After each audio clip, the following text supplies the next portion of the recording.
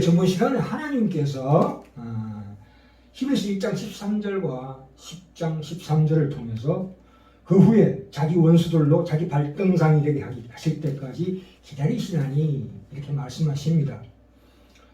그러면 지금 하나님 우편에 계신 예수님께서 과연 무엇을 기다리느냐 하면 베드로전서 2장 9절에 나와 있다시피 우리에게 오직 너희는 택하신 족속이요 왕같은 제사장이요 거룩한 나라요 그의 소유된 백성이니 이는 너희를 어두운 데서 불러내어 그의 기이한 빛에 들어가게 하신 자의 아름다운 일을 선전하게 하려 하심이라 말씀하신 것처럼 예수님이 가지신 그 심판 권세를 우리에게 위임하셨습니다. 레위기는 히브리서가 아니면 해석하기가 가장 힘든 책인데요. 거기에 5대 제사에 위임제가 포함되어 있습니다. 이 신앙생활도 단계가 있습니다. 이 구약에서는 하나님께서 우리를 부모 또는 남편으로 인도하셨습니다. 신명기 1장 30절에서 33절에 보시면 너희 앞서 행하시는 너희 하나님 여호와께서 애국과 광야에서 너희 목전에서 모든 일을 행하신 것 같이 사람이 자기 아들을 아는 같이 너희 하나님 여호와께서 너희 행로 중에 너희를 아느사 이곳까지 이르게 하셨느니라 이렇게 말씀하십니다. 또한 남편으로 인도하신 대목이 또 나옵니다. 예레미야서 31장 32절에 남편이 되어 너희 손을 잡고 애국 땅에서 인도하였으나 너희들이 내 언약을 파였다 이렇게 말씀하시고 난 다음에 32절에 그래서 오늘날 나의 법을 그들의 속에 두고 그 마음에 기록하였다 이렇게 말씀하십니다. 지금 두 번째로 이제 이렇게 인도하시고 두 번째로는 오늘날 예수님께서 요한복음 15장 15절에서 뭐라고 말씀하십니까? 이제부터는 너희를 종이라 하지 아니하리니 너희를 친구라 하였노니 이렇게 말씀하십니다. 친구. 우리가 아무 두려움 없이 신뢰하고 사랑할 수 있는 친구를 사귀고 싶어하는 욕구가 있습니다. 물론 부모의 사랑을 받고자 하는 욕망도 있지만 친구. 그래서 예수님은 신약 시대에 오셔가지고 이제 친구라고 우리를 칭하셨습니다. 그런데 이 히브리서에서 가장 강조하는 것은 세 번째입니다. 우리에게 무엇을 부모로서의 역할을 위임하십니다. 이게 가장 중요한 것입니다. 이 하나님께서 부모로서 남편으로서 친구로서 우리를 인도하시는 것보다 더 우월하게 우리에게 동역자라는 고 칭하십니다. 부모로서의 역할을 우리에게 요구하십니다. 예수님께서도 이 히브리서에서 이런 단계를 구분하십니다. 하나님뿐만 아니라 예수님께서 오늘날 우리에게 무엇을 예수님은 한 인격에 두 가지 성품을 가지고 계시는 것을 우리가 압니다. 첫째는 신적인 성품, 신성이죠. 그것은 요한복음 1장 18절에 하나님 품 안에 있는 독생자, 그래서 거기에 예수님의 초림하셨을 때의 모습이 나옵니다. 독생자라고 그러죠. 독생자. 그런데 히브리서 1장 6절에 보시면 또 마다들을 이끌어 세상에 다시 들어오게 하실 때에 이렇게 말씀하신 것처럼 마다들로 그 단계가 뒤어집니다. 그래서 형제라 부릅니다, 우리를. 그러니까 초림하셨을 때 하나님으로서의 예수님, 독생자에서 어디로 다시 단계가 진전이 되냐 하면 마다들로 진전이 됩니다. 그것은 재림입니다. 그 사이가 지금 우리가 살고 있는 이 신약시대다 말씀입니다. 인간의 성품입니다. 그것은 마다들이라는 것은 형제, 오늘 그것을 풀어보기로 하겠는데요. 히브리서 2장 11절에 거룩하게 하시는 자와 거룩하게 함을 입은 자들이 다 하나에서 나니라 그러므로 형제라 부르시기를 부끄러워 아니하시고 이렇게 말씀하셨습니다. 아들을 따라서 형제가 된 자들, 그러니까 교회죠. 예수 머리 된 몸 된 우리 교회는 그리스도의 복사판입니다. 그리스도가 누린 것은 다 우리의 것입니다. 그래서 나중에 계시록 2장 26절 27절에 정확하게 나와 있습니다. 귀 있는 자들은 성령이 교회들에게 하시는 말씀을 들을지어다. 사단을 이기는 자에게는 감추었던 만나를 주고 새 이름을 기록한 hin도를 주겠다고 말씀하십니다. 이 심판 권세가 다 우리의 것입니다. 그러나 여기서 우리가 유의해야 될 것은 심판보다 앞서는 구원 사역의 그 전제 위에서만 이 심판권이 행사된다. 이렇게 말씀하십니다. 성경에서 권세라는 것은, 우리에게 주신 심판 권세라는 것은 세상에서의 권세하고 전혀 다릅니다. 성경에서 말하는 권세는 우리가 지고 기다리고 양보해주는 권세로 등장하고 있음을 봅니다. 당연히 심판권을 성부 하나님 갖고 계십니다. 그러나 그것을 성자 예수님께 하나님께서 이양해 주셨습니다. 우리는 이 세상을 사는 동안 심판권을 갖지 않습니다. 왜냐하면 예수님께서 그것을 보류하고 계십니다. 왜요? 아까 말씀드렸죠. 우리에게 권세를 주셨는데, 심판권을 주셨는데 그것이 어떤 권세냐? 지고 양보하고 그들을 이끄는 부모로서의 역할을 우리에게 수행하시길 원하십니다. 오직 우리로 하여금 화목해 하시는 일과 십자가를 맡기셨다. 그것이 제사장의 역할입니다. 그래서 이 제사장의 역할의 단계를 거쳐서 결국 왕으로 우리를 칭하십니다. 그 과정 중에 우리가 살고 있다고 이해하시면 됩니다. 그래서 오늘은 제목이 히브리서 4. 섬김의 심판 권세를 위임받은 우리, 이런 제목으로 우리가 오늘 은혜 받고자 합니다. 참으로 왜 우리 심판 권세를 보류하고 있냐면, 우리를 사망에서 꺼내시고 거룩하게 하시고 완성시키는 일은 하나님께서 인류를 심판하고 벌하는 것보다 몇십 배, 몇백 배의 그 정성과 힘이 필요한 것입니다. 그렇기 때문에 우리에게 이 구원 사역을 맡기셨다. 이렇게 이해하셔야 합니다. 자, 히브리서 2장 갑시다. 오늘 2장 1절부터 4절까지 말씀 중에 1절 봅시다. 그러므로 모든 들은 것을 우리가 더욱 간절히 삼갈지니 혹 흘러 떠내갈까 염려하노라. 그리고 2절에 보시면 천사들로 하신 말씀이 경고하게 되어 모든 범죄함과 순종치 아니하니 공변된 보응을 받았거든. 2절의 말씀이 무슨 말씀이냐 하면 3절 상반절에 우리가 이같이 큰 구원을 등한히 여기면 어찌 피하리오라는 말씀으로 통해서 구약의 그 구원과 신약의 구원의 확연히 다른 내용을 우리에게 소개하고 있습니다. 구약 성도들이 잘못했을 때 하나님께서 즉각적으로 벌받은 것을 봐라. 이제 너희는 이제 이 시대에 더 큰 은혜와 더 큰 사랑과 그 큰 복을 받았으니 거기에 순종치 않으면 더 큰 벌을 받을 것이라는 경고는 결코 아닙니다. 오히려 이 경고는 너희가 받은 은혜와 사랑이 얼마나 큰가를 기억하라는 그 역설적인 표현입니다. 2장 3절의 그 말씀이죠. 우리가 이같이 큰 구원을 등한히 여기면 어찌 피하리오. 하나님께서 질투하실 만큼 우리를 사랑하셨기 때문에 그 사랑이 얼마나 크고 충분한가를 반증하는 표현으로 나오는 것입니다. 이 공변된 보응이라는 것은 우리가 잘못했을 때 벌받을 가능성이 얼마나 있느냐는 공포스러운 경고가 결코 아닙니다.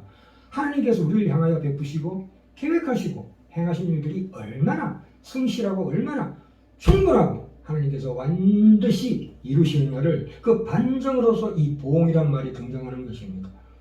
부모를 미워하는 것처럼 하나님을 사랑하는 것은 부모를 미워하는 뜻이 아니고 그만큼 하나님의 사랑이 부모의 사랑을 훨씬 능가하는 깊고 높고 넓은 사랑이라는 것을 반증하는 표현입니다.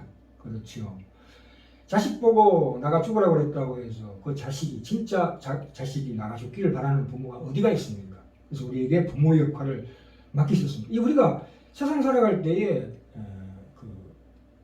연인 간의 관계도 마찬가지예요. 처음에는 낭만적인 사랑과 달달한 사랑으로 결혼하게 됩니다. 그러나 결혼하고 나면 어떻게 됩니까? 서로가 찢고 뽑습니다. 그것이 사랑의 진전이죠. 근데 마지막에는 어떻게 됩니까? 오래 살다 보면 부부간에 서로 무미건조합니다. 이상하게 지루합니다. 그것이 사랑이 실패냐? 천만의 만만의 콩떡입니다. 그것이야말로 사랑이 이어가는 증거예요.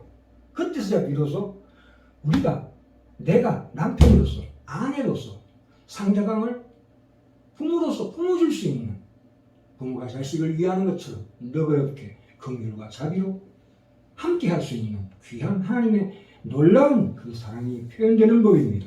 그렇지 않습니까? 이 부모로서의 역할이라는 것은 너무나 위대합니다. 왜냐하면 가장 차원 높은 하나님의 형상으로의 욕구거든요. 숭고하고 거룩한 나보다 약한 이들을 섬기고 싶어하는 욕구가 참으로 귀하다. 이것이 히브리서의 가장 중요한 요체입니다. 자, 2장 1절에 보시면 하반절에 표류할 수 있으나 표류하지 말라는 얘기입니다. 이것은 뭐냐? 우리가 신앙생활을 하면서 비록 방황할 수 있으나 결코 난파하지는 않는다 이런 뜻입니다. 히브리서 6장 4절 봅시다. 우리가 하나님께서 이렇게 벌을 제시하면서 너희가 어떤 사랑을 받았느냐를 기억해 하는 데 초점이 있다는 것은 히브리서 6장 4절을 보시면 아실 수가 있습니다. 굉장히 중요한 대목이라서 짚고 넘어가겠습니다. 6장 4절에 보시면 우리가 굉장히 성경의 큰 난제입니다. 한번 미침을 얻고 하늘의 은사를 맛보고 성령에 참여한 바 되고 하나님의 선한 말씀과 내세의 능력을 맛보고 타락한 자들은 다시 새롭게 하여 회개케 할 수 없나니 이 말씀이 나오는데요. 우리가 신앙생활에 두려움을 느끼며 자기 신앙에 대해서 걱정합니다. 그러나 이 말씀은 전혀 그런 의도로 하신 것이 아닙니다. 우리가 얻은 구원은 그건 형벌에 관한 얘기가 아니에요. 이 말씀은 아까 말씀드렸죠. 나가 죽으라 했다고 해서 죽기를 바라는 부모가 누가 있습니까? 우리가 얻은 구원이 어떻게 하나님께서 완벽하게 이루시느냐에 대한 더 이상 하나님의 구원에 방해할 자가 없다는 것을 강조하고 있는 내용입니다. 그래서 뒤에 이어지는 구절 봅시다. 7절 8절도 굉장히 오해할 수 있는 소지가 있습니다. 땅이 그 위에 자주 내리는 비를 흡수하여 닦아는 자들의 쓰기에 합당한 채소를 내면 하나님께 복을 받고 만일 가시와 은피를 내면 버림을 당하고 저주함에 가까워 그 마지막은 불사름이 되리라. 섬뜩하지요. 그러나 이것만 보면 우리가 구원에 대해서 우리가 신앙생활 할 때 뭔가 잘못하면 큰 벌을 받을 수 있고 불사름이 되리라는 두려움을 갖게 합니다. 그러나 성경 전체의 사상에 비추어봐서 이것을 봐야 합니다. 특히 히브리서에는 그런 말씀이 아닙니다. 먼저 이 말씀의 해석이 고린도전서 3장 10절에서 15절에 나오는데요. 15절 하반절에 어떻게 나오냐면 누구든지 공력이 불타면 해를 받으리니 그러나 그자는 자기는 구원을 얻되 불 가운데 얻는 것 같으리라. 부끄러운 구원을 얻는다 이 말씀이죠. 너희들이 신앙생활에 하나님께 온전히 순종하지 않으면 우리의 구원은 우리의 잘하고 못하고 있지 않습니다. 그것은 항상 예수 그리스도 위에 있습니다. 예수님은 이기신 분이십니다. 지금 심판 권세를 가지시고 하나님 우편에 앉아 계신 분이십니다. 그 권세를 우리에게 위임하신 분이시죠. 우리에게 실패는 없다. 우리가 우리의 성도된 것에 대해서 우리가 충성되게 살면 상받고 그렇지 못하면 부끄러움을 당한다. 그렇지 않습니다. 구원 자체가 결코 취소되지 않는 것입니다. 그래서 누구든지 공력이 불타면 해를 받으니 그러나 자기는 구원을 얻되 불 가운데서 얻는 구원이라는 게 무엇입니까? 그것이 바로 부끄러운 구원입니다. 가난한 구원이다. 모든 구원은 다 영광됩니다만 상급이라는 기준으로 봤을 때 그것은 참으로 부끄럽고 가난한 구원이라는 표현을 쓰는 것입니다. 히브리서 6장 8절에 그렇죠. 구원 자체에 불사름이 있다는 것이 아닙니다. 상급의 기준으로 볼 때 불사름을 말합니다. 그 근거가 어디 나옵니까? 11절 12절에도 계속 나옵니다. 11절 12절 제가 읽어볼까요? 우리가 간절히 원하는 것은 너희 각 사람이 동일한 부지런을 나타내어 끝까지 소망의 풍성함에 이르러 여기 나오죠. 12절에 게으르지 아니하고 믿음과 오래 참음으로 말미암아 약속들을 기업으로 받는 자들을 본받는 자 되게 하려는 것이니라. 예. 히브리서의 전 목적은 이겁니다. 이 배도에 관한 문제가 아닙니다. 그래서 2장 3절에 우리가 이같이 큰 구원을 등한히 여기면 어찌 피하리요. 우리가 세상 가운데 살면서 세상의 그 유혹과 또한 그 세상의 명예와 사랑 둘을 쫓아가면 안 된다. 그런 경고입니다. 히브리서 2장 1절에 그래서 2장 1절에 표류하지 말라는 것은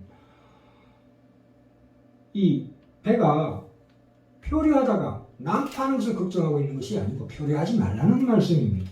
그게 히브리서 전체의 대전제입니다. 그래서 17절, 18절이 정확하게 나오고 있습니다. 읽어볼까요? 6장 17절, 18절. 하나님은 약속을 그 기업으로 받는 자들에게 그 뜻이 변치 아니함을 충분히 나타내시려고 그 일에 맹세로 보증하셨나니 이는 하나님이 거짓말을 하실 수 없는 이 두 가지 변치 못할 사실을 인하여 앞에 있는 소망을 얻으려고 피하여 가는 우리로 큰 안위를 받게 하려 하십니다. 우리가 신앙생활 하다 보면 여러 가지 위기가 있습니다. 그러나 내 의지와 능력으로 그 결과가 좌우되는 것은 아닙니다. 그것은 하나님의 복주심과 지키심과 보호와 힘이 더 큰 몫으로 우리에게 작용한다는 말씀입니다. 그것이 부모의 마음입니다. 또한 이 마음을 우리에게 품으라고 말하고 계십니다. 자, 2장을 보면 다시 넘어갑니다. 자, 이제 결론으로 갑니다.